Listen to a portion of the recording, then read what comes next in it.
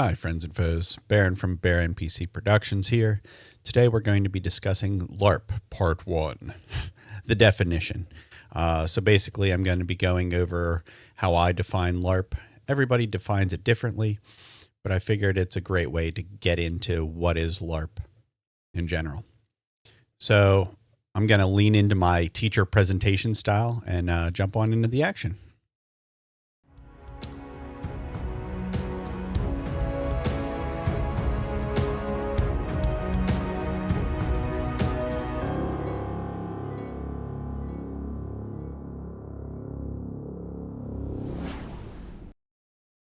But first, a disclaimer. This video and channel discuss LARP as it should be, and not really the political smear definition that has been the point of discussion over the last few years. We want to make sure we're showing LARP in a positive light, so we won't be getting into any politics or religion on this channel. It's just a personal preference. I hope you guys understand. So, most people when they're shooting videos like this define LARP based off of their first interactions, normally from the first LARP they attend. So they don't really have a wider scope of what LARP actually is. This is usually a pretty bad idea in my thought process because there are so many different styles of LARP and types of LARP. We're going to go ahead and first take Google's definition of what LARP is.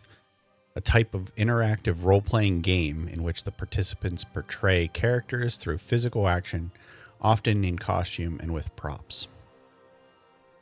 I don't like it. I don't like it at all. There's a good reason why I dislike this. It's because not all LARPs are games. So we're going to start with a very, very basic thought process. LARP is running around pretending to be a character and having fun with your friends. If that's good enough for you, thanks for watching and do the video things down below. But I have a feeling that's not. Now, for the rest of us, let's get into more details, starting with the acronym LARP itself. LARP stands for Live Action Role Playing. Let's break that down. First off, live. Look like a familiar setup here? Live is something that takes place in real time. Most LARPs focus on the experience of meeting up with people in real-world locations. Some LARPs run virtual events as well, and while I have issues with those, which I'll discuss in another video sometime, they kind of fit into the criteria by taking place in real time rather than being a recording.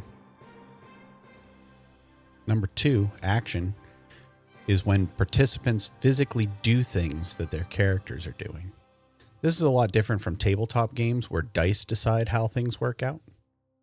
There may be systems where dangerous things such as combat or illegal activities are replaced with card draws, timers, things of that nature. Kind of like picking locks.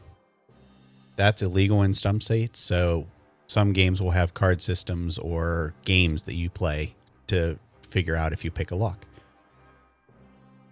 Third is role.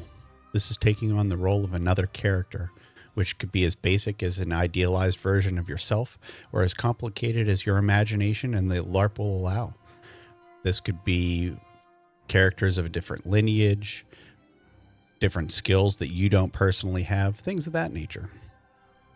Fourth and finally is play, and this is exactly what it sounds like.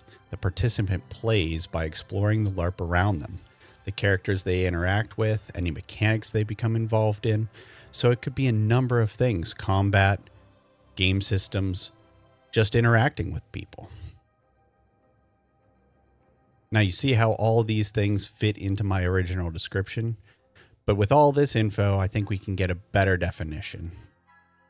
So my finalized definition of LARP is when a number of people get together, pretending to be characters that are different from themselves and interacting with each other in order to create a shared narrative. Big words, I know. I'm leaning towards my teacher mentality. But for the most part, that's it. So, this has been defining LARP. Next, we're going to look at the different styles of LARP and the different types of mechanics that are in LARP for combat.